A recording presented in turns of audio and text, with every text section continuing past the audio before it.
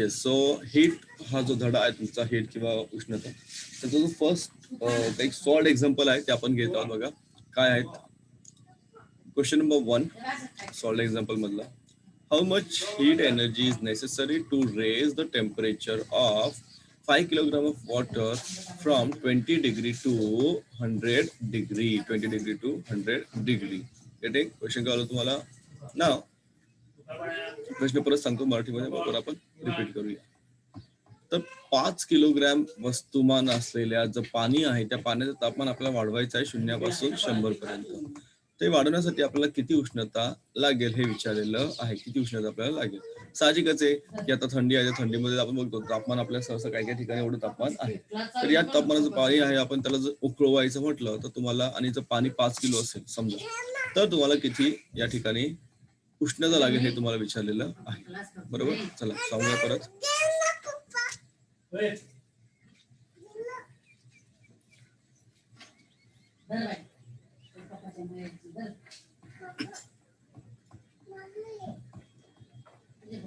बघा. So what is given, guys? M is equal to 5 kilogram. C is equal to 1 kilocalorie per kilogram degree Celsius, and change in temperature is what? That is delta T. 100 minus 20. 20 पासून 100 मध्ये जायचं. So change किती आहे? It is 180 degree Celsius.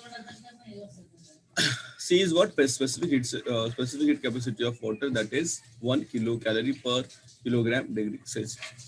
Energy to be supplied to water is equal to energy gained by water. Energy gained by water. That means mass of water, that is M, specific heat of water, that is C, and change in temperature of water, that is delta T. Delta was delta is the change in the anything. So M is 5, C is 1. M M is 5, C is 1. And delta T is 80. So 5 into 80 किती आलं? 400 kilocalorie. किती लागली energy तुम्हाला? So hence the heat energy necessary to raise the temperature of water is equal to 400 kilocalorie. एवढी heat तुम्हाला ठिकाणी वापरावी लागणार. Getting? We have to provide the heat of 400 calorie. I'm again repeating, guys.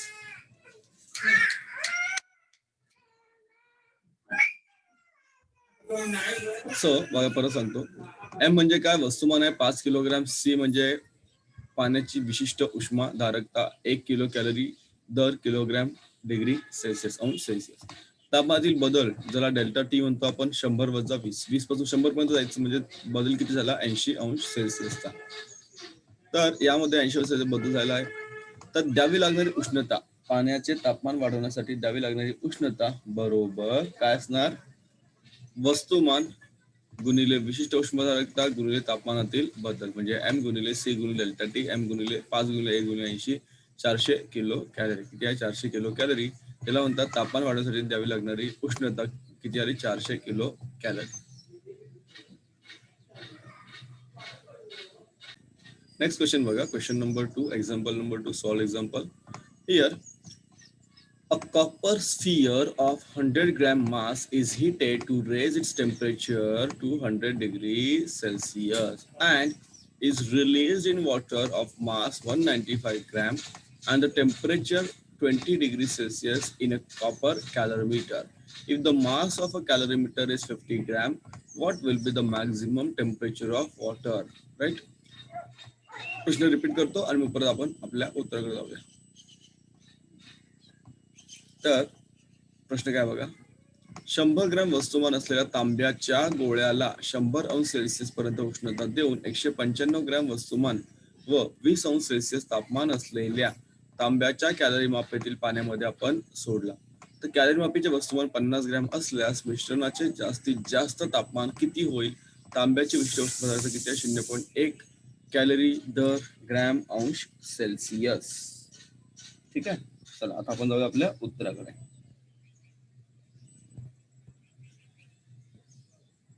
चलो step by step उत्तर आपल्याला दिले आहे त्यांनी.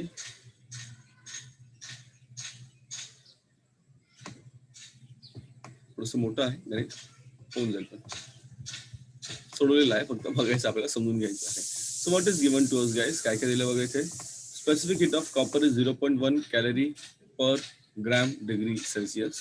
and so specific heat of calorimeter is 0.1 calorie per gram degree Celsius. Suppose the copper ball water and the calorimeter attain the final temperature, that is T, right? So heat lost by solid object is equal to heat gained by water in calorimeter plus heat gained by calorimeter. तुम्हाला माहित असेल की हे कॅलरीमीटर असतं, तुम्ही बघितलं असेल कॅलरीमीटर किंवा सॉरी आपला अभ्यास आपण कॅलरीमीटरचा अभ्यास ऑलरेडी त्यावेळेस केला होता. अँड त्याच्यामध्ये काय असतं, वॉटर ऑलरेडी असतं, त्याच्याबाबत सॉलिड बॉल त्यावर टाकलेला आहे. So heat lost by solid object is equal to heat gained by water in calorimeter as well as heat gained by the calorimeter. Hence the heat lost by copper ball is equal to m, that is mass of the copper, specific heat of the copper and decrease in temperature. मागाशी केलं तेच तुमचं formula ठिकाणी वापरलं. Therefore Q is equal to 100 into 0.1 into 100 minus T. Similarly, heat gained by water जर केलं तर m of mass of water, its specific heat capacity and increase in its temperature, that is Q1. Q1 काय आलं, 195 is the mass of the water, 1 is what, its specific heat capacity, and T minus 20 will be the change in heat. कारण त्याचं तापमान काय झालं, 20 पासून वाढत गेलं. So T is greater than 20. Similarly, heat gained by the calorimeter काय आलं तुम्हाला बघा इथे, mass of the calorimeter, its specific heat and increase in temperature.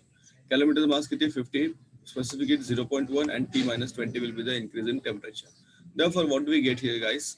Q is equal to Q1 plus Q2. What is Q? Q is the heat lost by the solid object, and Q1 and Q2 is the heat gained by the water and the calorimeter.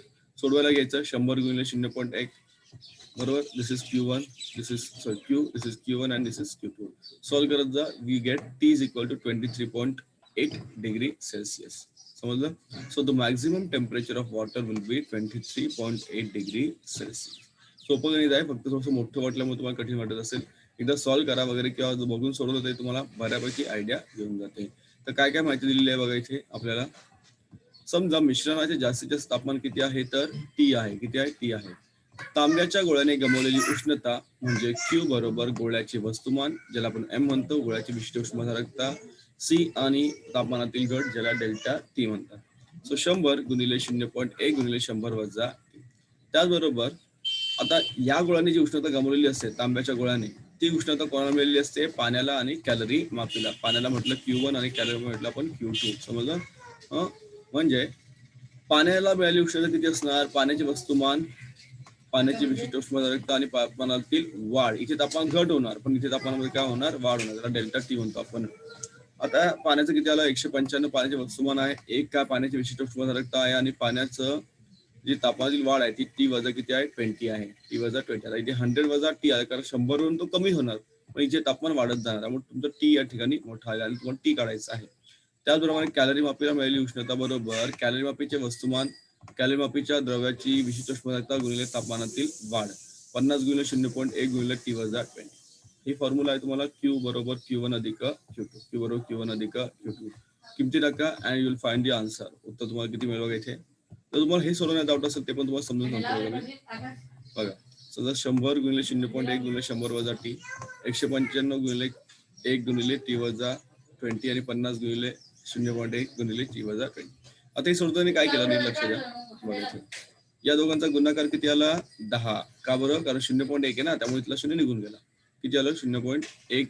100 बघा इथे 100 गुणिले 0.1 यांचा जर गुणाकार तुम्ही केला, 100 गुणिले 0.चा जर गुणाकार केला तर तुम्हाला काय मिळणार या ठिकाणी, 10.0. किती मिळालं होतं तुमचं, 10.0 म्हणजेच 10. किंवा दुसऱ्या पद्धतीने जर तुम्ही गेला सोडवायला तर तुम्हाला कसं होईल ते 0.1. 0.1चा अर्थ किती असतो, 1/10. 1/10. इथे पण तुम्ही 0 कट केला तर तुम्हाला मिळालं 10. समजलं, खूप सोपं असतं ते, पण पॉईंट म्हटलं की बरेच मुलं त्या ठिकाणी थोडंसं घाबरून गडबड जातात. 195 गुणिले 1 195 असंच राहिला. 50 गुणिले 0.1 मागासारखंच 0 निघून गेला, उरलं 5. या ठिकाणी बघा T वजा 20 कॉमन आहे, म्हणून 195 आणि 5 यांची बेरीज झाली 200. किती आली, 200. समजलं, म्हणजे right hand side left hand side दोन्ही अजूनपर्यंत वेगळ्याच आहेत. इथे काय केलं, गुणाकार केला. 100 गुणिले 10 1000 आले, आणि 100 गुणिले T किती आले, 10 T आले. सॉरी 10 गुणिले T आले 10 T. चिन्ह आलं वजा 2 मध्ये. इथे पण यांचा गुणाकार होऊ शकतो, नाही केला तरी चालतो. इथे बघा टी वजा 20 आहे, तर इथे आले 200T आणि इथे आलं 4000, इथे आले 4000 बरोबर. 4 इथे स्टेप ऑलरेडी दिलेली आहे बघा. इथे याच्या स्टेपच्या पुढची स्टेप तुम्हाला सांगतो त्यांनी काय केलं.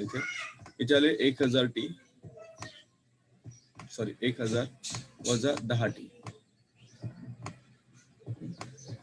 नेक्स्ट स्टेपला त्यांनी काय केलं की 200 आणि T वजा 20 यांचा गुणाकार केलाय. सो किती आलं तुमच्या इथे बघा 200T.